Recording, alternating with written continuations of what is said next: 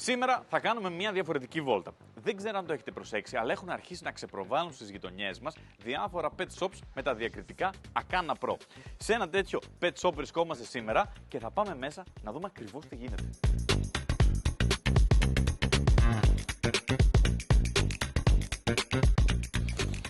Βρήκα το σωστό σημείο.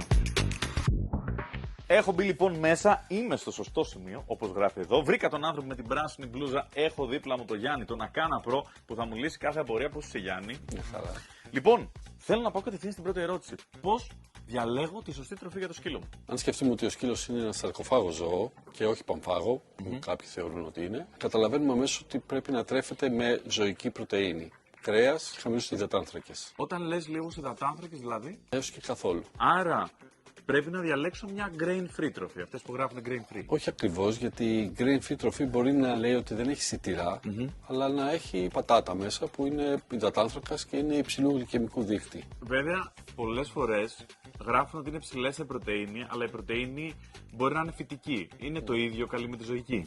Όχι, γιατί η ζωική πρωτεΐνη είναι αυτή που έχει όλα τα απαραίτητα αμινοξέα, ενώ η φυτική όχι. Ωραία, τώρα θέλω να σε πάω σε κάποιους μύθους.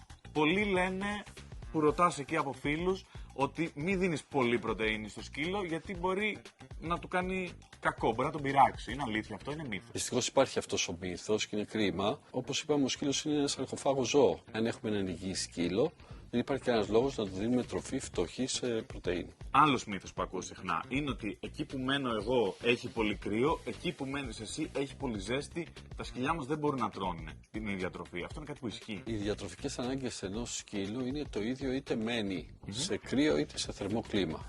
Μου έχεις λύσει τις απορίες. Θέλω όμως να μου προτείνεις και μια τροφή για το σκύλο μου, γιατί ξέρεις, βλέπω πολλές, δεν ξέρω ποια να διαλέξω. Έχω ένα μαλλινό 2 ετών.